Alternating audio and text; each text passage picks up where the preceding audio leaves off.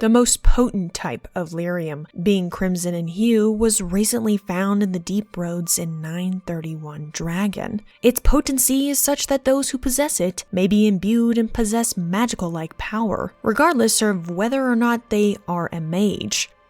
But increased strength brings greater threats. Contact with this substance comes at a cost. The potency of red lyrium is such that it ultimately corrupts all minds. With the arrival of Tevinter Knights, the comics, and the upcoming game Dragon Age Dreadwolf, it appears that you and I were both wrong about red lyrium and its menace. Here's why. Mysterious origin. According to World of Thedas Volume 1, red lyrium was discovered in 931 Dragon on an expedition to a long-deserted Tig. Hawk, the famed champion of Kirkwall, led the expedition in the Deep Roads. It's quite unlikely that red lyrium was first discovered at this time, considering that the Tig was long forgotten and maybe even sealed by the dwarves in ancient times. The Blight initially struck Thedas in -395 Ancient, when the Tevinter Magisters invaded the Golden City and returned as monstrosities, or what we now call the Blighted Beings, Darkspawn.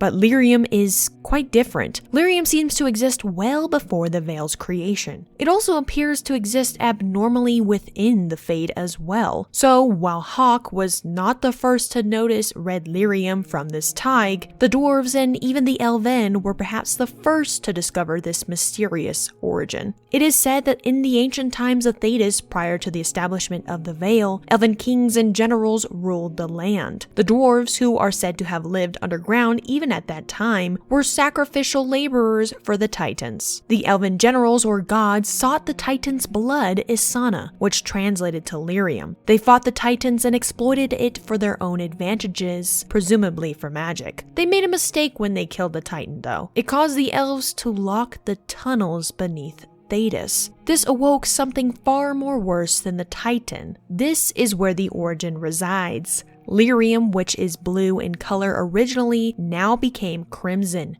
It's very debatable on what originated red lyrium, but it also leads us to wonder what even started the Blight to begin in the first place as well. Since the Blight is said to have existed before the Veil, red lyrium might have been existing there too. Of course, it's never specified, but red lyrium's origin might lead us to believe that Elven dealt with this substance and wanted nothing to do with it at all. Well, until the existence of the Forgotten Ones. Plague. The second thing we are incorrect about is its potency. When discovered and investigated in Dragon Age Inquisition, it appears that red lyrium affects Thedas' living forms, primarily plants, and then creatures that consume those plants. If one isn't forced eating it, like the Red Templars or the Red Mages do normally, it appears to target through the food chain in the ecosystem, threatening nature and its livestock. This is a tremendous risk for anybody who's in Thedas, and it makes me wonder if the taint is really avoidable as we would like to believe. First and foremost, according to Bianca Davry from Dragon Age Inquisition, red lyrium is lyrium that has been poisoned by the Blight. Because we know now that the Blight is implicated and threatens all of Thedas, how sensitive can we be to this stuff now that it is spreading everywhere from lyrium? It is a plague infecting all of Thedas, and the Elven labeled it so in their ancient times. Andrul, the goddess of the hunt, her fable revolved around being tired with hunting monstrous beasts and ventured to the void to hunt the Forgotten Ones, the Evaneris' main opponents who thrived in the void. Andrul put on armor made of the void, and all forgot her true face. She made weapons of darkness, and plague ate her lands. She held things meant to be forgotten, and the other gods became fearful, and Andrul would hunt them in turn. According to what we know about lyrium, it is feasible to create weapons out of raw lyrium or even enchantment. The main issue is that it appears to imply that the Forgotten Ones were at a location infected by this plague. Making dark weapons could only reference to the Blight, which corrupts anything or creature from its original form. But as I already indicated, lyrium is the most common factor. Weapons that are made entirely of tainted or blighted magic are exceptionally rare. Lyrium would be used for the majority of this void crafting. As a result, perhaps the Forgotten Ones were troubled by this material that they surrounded themselves with, and even Andrul, with her land and elves, became a victim of it during the ancient periods of Thedas.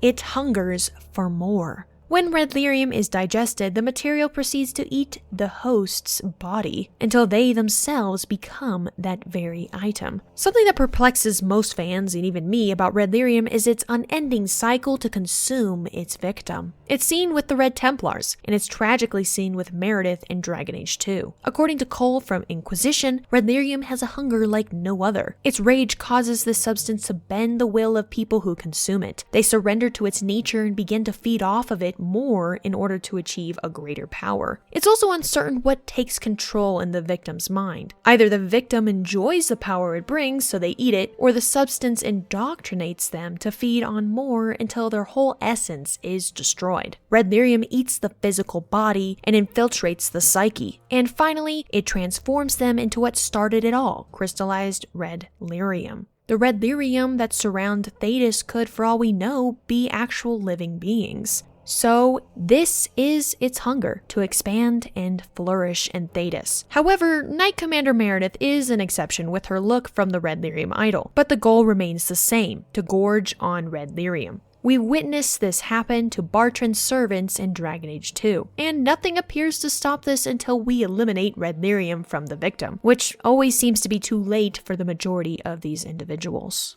The idol's significance. While I would tell you that it's just a MacGuffin item from Dragon Age 2 and perhaps even a retcon, what I will say is that this represents the most powerful thing we have ever seen on Thetis. I mean, we've seen strong artifacts up close and personal in each and every game, from Andraste's Ashes to the idol as well as the Orb of Destruction. The power of the idol in Dragon Age 2 was beyond the limits of natural magic in Thetis as we understood it. The dwarves carved this idol out of pure red lyrium. However, nothing appears to be able to destroy this powerful idol. It just shapeshifts or changes its form from being a weapon, as we witness from Meredith and in Tevinter Nights. It eventually returns to its original size of a little idol.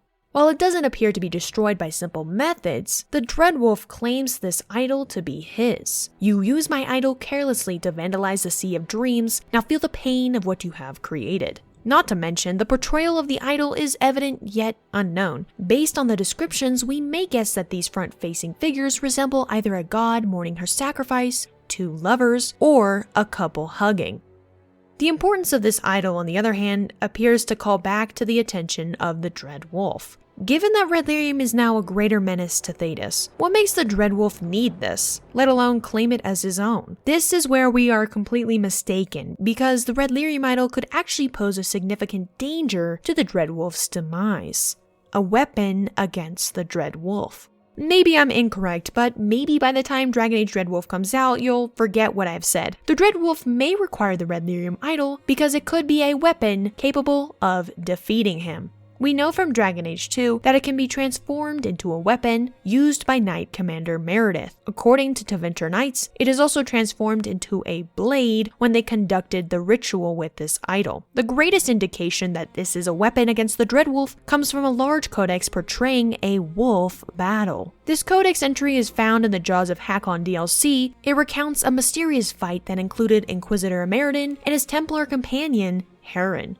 Favored like a wolf it was, and sized like a woodsman's death. Within its eyes burned eldritch fire, the fade in every breath. Heron the Templar and Ameridan the Brave fought against a wolf creature within this legend. However, the story indicates that mortal power alone could not defeat this demon wolf. So, Heron the Templar navigated through an underground labyrinth in order to find an idol of fade-touched stone. Heron began to destroy the idol, and while simultaneously Ameridan struck the wolf. When both of the heroes did their job, it proved to defeat that demon wolf once and for all. There is just no way that this codex is a coincidence to our current world state, and although we could take this codex seriously and suppose that maybe in the future Dragon Age game, the red lyrium idol could be able to vanquish the Dread Wolf, it's just still unclear as to why Solus really needs this particular idol. But perhaps this idol is a weapon against the Dread Wolf when we destroy it, but I guess we'll have to find out in the next Dragon Age game.